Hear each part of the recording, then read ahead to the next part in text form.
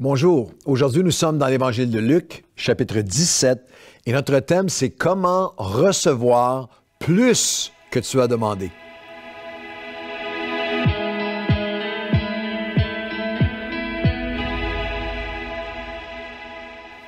Bon matin à tous et bienvenue aujourd'hui à ce café matinal. Nous traversons les évangiles chapitre par chapitre, avec un café matinal par chapitre, l'évangile de Matthieu et de Marc est déjà là, l'évangile de Luc. Nous sommes rendus au chapitre 17 aujourd'hui et quel encouragement de recevoir de recevoir les courriels de plein de gens qui me disent « Je découvre les évangiles comme j'avais jamais découvert auparavant ». Des gens qui même, j'étais assez ému de lire des témoignages de personnes, même de chrétiens de longue date, qui me disaient « J'arrivais pas à avoir un temps de dévotion de manière régulière, un temps avec Dieu, mais maintenant avec les cafés matinaux, le café matinal me propulse. Il y a quelqu'un qui m'a écrit, le café matinal me donne une rampe de lancement à chaque fois pour aller dans un temps de prière sur lequel je peux. C'est ça notre intention. Alors je vous lance le défi du café matinal en 2022. Partagez donc cette ressource avec 22 de vos contacts, avec avec tous vos contacts, avec vos amis. On voudrait voir le plus grand nombre possible découvrir les évangiles de chrétiens de longue date à des tout nouveaux croyants qui m'écrivent et c'est une manière tellement pratique de nous emparer des évangiles chapitre par chapitre. Alors aujourd'hui, nous sommes dans Luc chapitre 17 et notre thème c'est pour recevoir encore plus que ce que tu as demandé. Mon but aujourd'hui est de vous donner accès à une catégorie, un groupe de croyants qui, selon Jésus, est un 10%. Il y a 90% qui manquent cette vérité biblique, qui y échappent, qui n'entrent pas dans cette dimension. Et si je peux vous y conduire aujourd'hui, vous allez trouver un accès pour recevoir encore plus que ce que vous avez demandé. Vous savez que la parole de Dieu nous dit dans Éphésiens chapitre 3, les versets 20 et 21, « Or, à celui qui peut faire par la puissance qui agit en nous, infiniment au-delà de tout ce que nous demandons ou pensons. » Ce n'était pas seulement une promesse pour les disciples à l'époque, il y a 2000 ans. Le verset 21, « Infiniment au-delà de tout ce que nous pouvons demander ou penser, à lui, la gloire, soit la gloire dans l'Église, parmi le peuple de Dieu, en Jésus-Christ, dans toutes les générations, au siècle des siècles. » Et vous pouvez dire « Amen ». Je dis « Amen », qu'il en soit. Il en sera fait ainsi. Alors, il y a cette promesse que Dieu veut faire au-delà de tout ce qu'on peut imaginer, penser ou même demander. Et la question, c'est comment? Comment l'activer, cette promesse? Comment actualiser? Comment la posséder? Alors, mon but aujourd'hui est de vous faire entrer dans cette dimension. Alors, combien, où vous allez avoir plus que même ce que vous avez demandé, plus que ce que vous avez demandé avec Dieu, de bénédiction, de guérison, de grâce, de paix, de sa faveur, de sa présence, sa bénédiction sur vous. Alors, êtes-vous intéressé? Combien d'entre vous désireraient entrer dans une dimension où j'ai même plus que ce que j'avais demandé? Alors, on va lire un texte magnifique ensemble dans Luc chapitre 17, notre chapitre aujourd'hui, à partir du verset 17 où nous lisons. « Jésus se rendant à Jérusalem passait entre la Samarie et la Galilée. Comme il entrait dans un village, 10 lépreux vinrent à sa rencontre. Se tenant à distance, ils élevèrent la voix et dirent « Jésus, Maître, aie compassion de nous. » Aie pitié de nous, le mot est mieux traduit, je crois, compassion. Que toute ta miséricorde, ta compassion puisse se manifester envers nous. Dès qu'il les eut vus, il leur dit « Allez, vous montrer au sacrificateur. » Et pendant qu'ils y allaient, il arriva qu'ils soient guéris. Wow! L'un d'eux, 1 sur 10, l'un d'eux se voyant guéri, revint sur ses pas, glorifiant Dieu à haute voix. Il tomba sur sa face aux pieds de Jésus et lui rendit grâce, lui fut reconnaissant, lui dit merci. Et les 9 autres, alors Jésus prenant la parole dit, les 10 n'ont-ils pas tous été guéris? Et les 9 autres, où sont-ils? Ne s'est-il trouvé que ce Samaritain pour revenir et donner gloire à Dieu? Puis il lui dit, lève-toi, va, ta foi t'a sauvé. Luc 17 est rempli de témoignages extraordinaires de guérison, mais il y a un homme, notre ami ici, ce Samaritain qui a été guéri de la lèpre, mais qui a reçu en fait encore plus que ce qu'il avait demandé. Alors, pour recevoir plus que tu as demandé en une phrase dans notre texte aujourd'hui, si tu t'efforces de cultiver un cœur de gratitude et que tu apprends à exprimer ta gratitude, tu t'efforces de cultiver un cœur de gratitude, de reconnaissance, d'action de grâce, et que tu apprends à exprimer ta gratitude, tu vas entrer dans une dimension où tu vas expérimenter tellement plus avec Dieu. Si tu t'efforces de cultiver un cœur de gratitude et que tu exprimes ta gratitude, tu vas entrer dans une dimension où tu vas expérimenter encore plus avec Dieu que ce que tu avais demandé.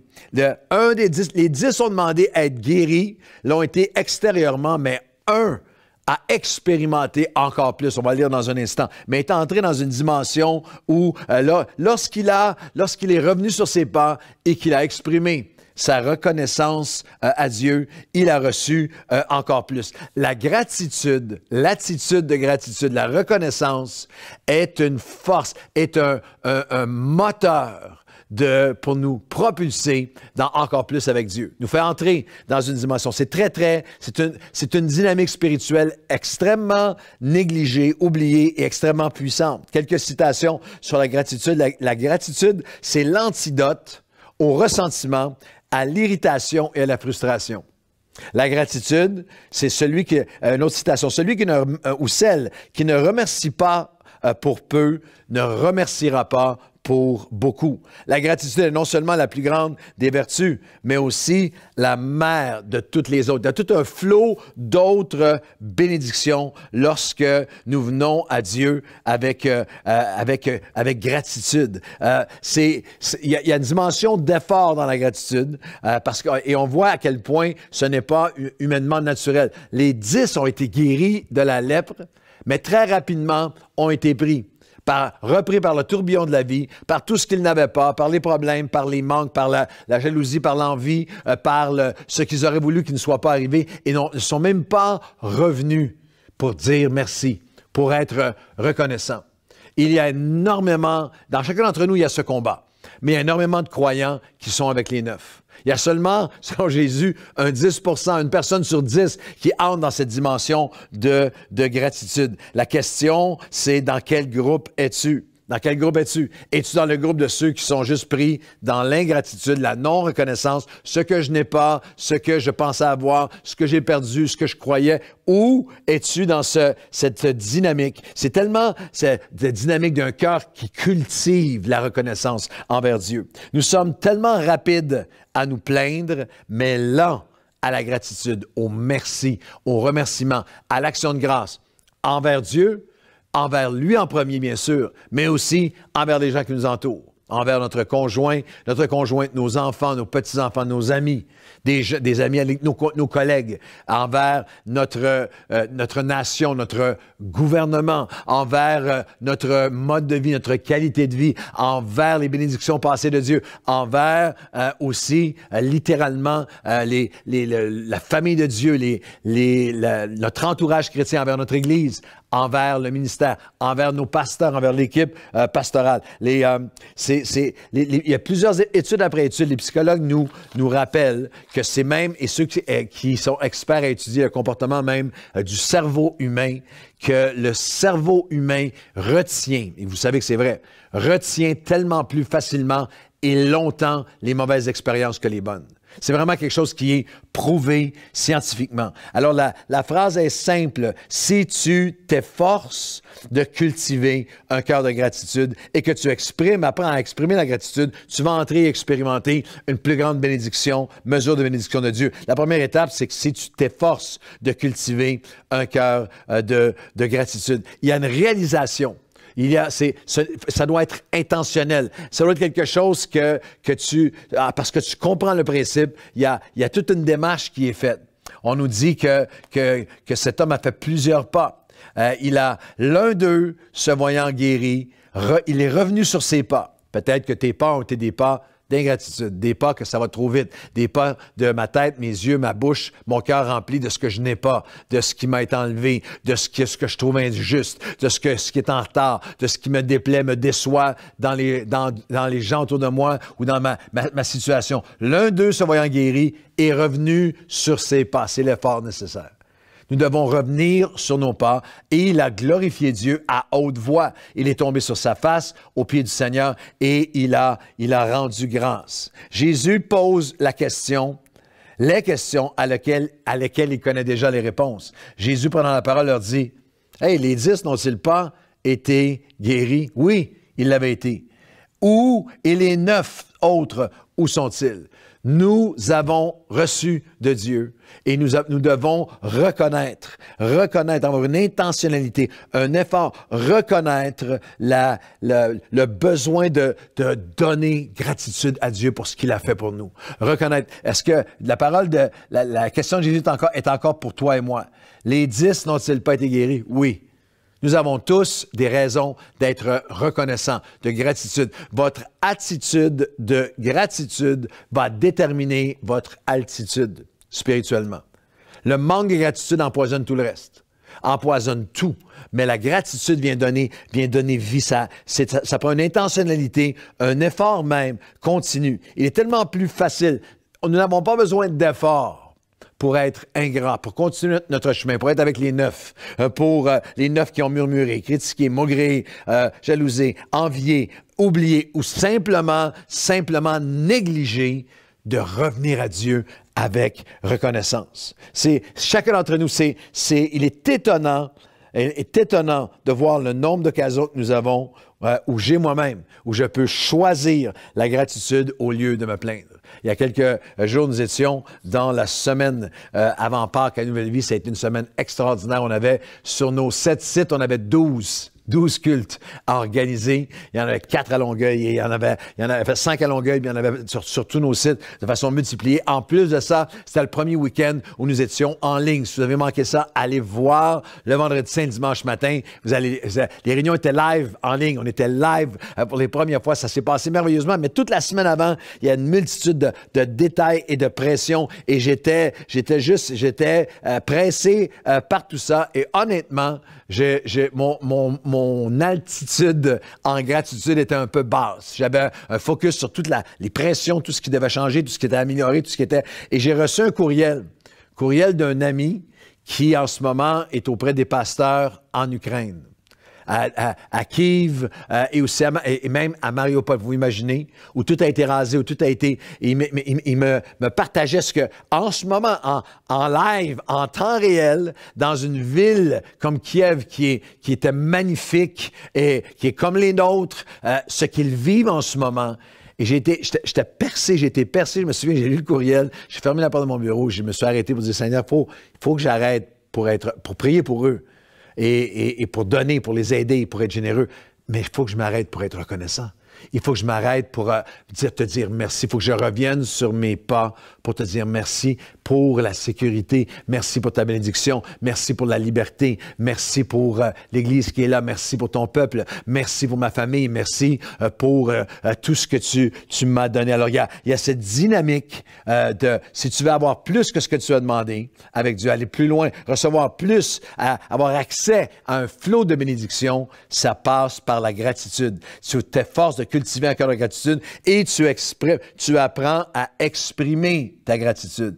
Le verset 15 nous dit, l'un d'eux, se voyant guéri, il faut que tu prennes le temps de voir ce que Dieu a fait, de voir comment Dieu t'a comblé, de voir les belles choses, de voir les bonnes choses, de voir, se voyant guéri, revint sur ses pas en glorifiant Dieu à haute voix. Il y a des étapes. Il y a un processus. Il a à apprendre à exprimer notre gratitude à Dieu. Il s'est vu, il a vu son état de guérison. Il est revenu sur ses pas. Il s'est mis à glorifier Dieu à haute voix. Il s'est mis à dire, et s'est jeté à genoux devant le Seigneur. Il tomba sur sa face aux pieds de Jésus et lui rendit grâce. Ressentir la gratitude et ne pas l'exprimer, c'est comme emballer un cadeau et ne pas le donner.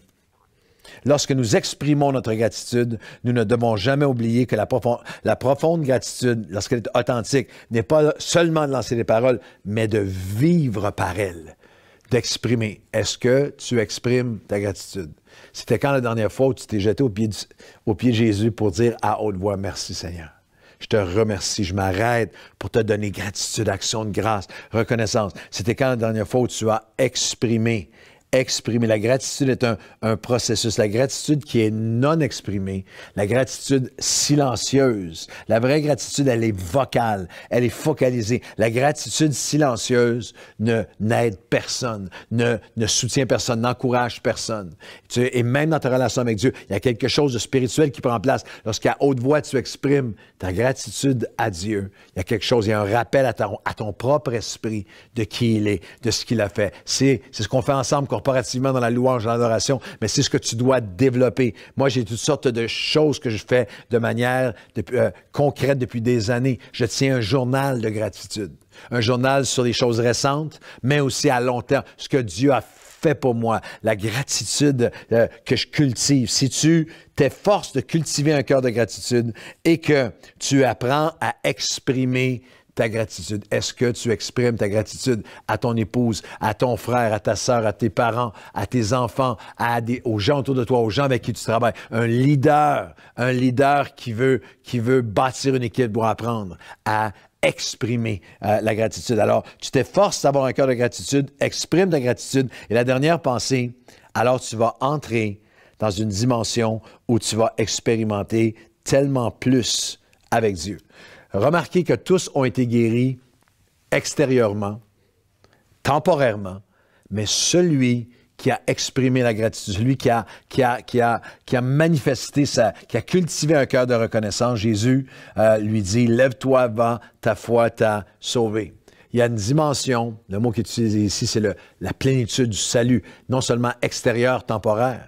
Je sais que vous avez déjà pensé à ça, mais les lépreux qui ont été guéris sont décédés d'autre chose. Et la guérison physique extérieure ne guérissait rien à l'intérieur. Mais si tu cultives un cœur de gratitude, de reconnaissance, il y a non seulement une guérison extérieure, mais il y a une œuvre intérieure qui prend place. Il y a une œuvre de guérison intérieurement. Il lui dit, lève-toi. Nous allons nous relever de nos épreuves avec un cœur de gratitude. Nous allons être capables de nous sortir de cette pandémie pour vrai. Non seulement en sortir parce que on commence à en émerger, mais sortir la pandémie de nous, les frustrations, les colères, avec un cœur de gratitude, avec un cœur de reconnaissance. Alors aujourd'hui, je veux qu'on s'arrête ensemble au pied du Seigneur Jésus. Et Seigneur, nous ne serons pas parmi les 9, parmi le 90%, parmi la masse qui ont été bénis de toi, qui ont reçu de toi, mais n'ont pas su cultiver un cœur reconnaissant. Alors aujourd'hui, je m'arrête et à genoux à côté de ce lépreux, nous disons nous aussi merci. Nous avons crié, Seigneur, aie ta compassion sur nous, mais tu as béni, tu as guéri, tu as relevé, tu as sauvé, tu as pourvu, tu as protégé, tu nous as placés, Seigneur, dans un endroit où rien n'est parfait, mais où, Seigneur, nous sommes libres, où la majorité d'entre nous, nous mangeons notre faim, nous avons un toit, nous avons de l'eau, nous avons des vêtements, nous avons une église, nous avons un peuple, nous avons une liberté de te louer, de t'adorer, nous avons toutes sortes de bénédictions dans nos vies. Alors aujourd'hui, tu demandes encore, où sont les 9 autres? Eh bien, nous voici. Si on s'est éloigné, on revient sur nos pas, on s'agenouille devant toi. Et Seigneur, on t'offre la reconnaissance, l'action de grâce. À haute voix, nous disons merci, Seigneur, pour tout comment tu nous as comblés. Aide-nous à exprimer notre reconnaissance, notre gratitude à toi et à tous ceux qui sont autour de nous. Et alors, nous allons expérimenter non seulement une guérison extérieure, temporaire, mais une guérison au quotidien, profonde, intérieure, par ton esprit, dans le nom de Jésus. Amen et amen. Allez dire merci à quelqu'un aujourd'hui. Allez dire merci à Dieu. Bonne journée.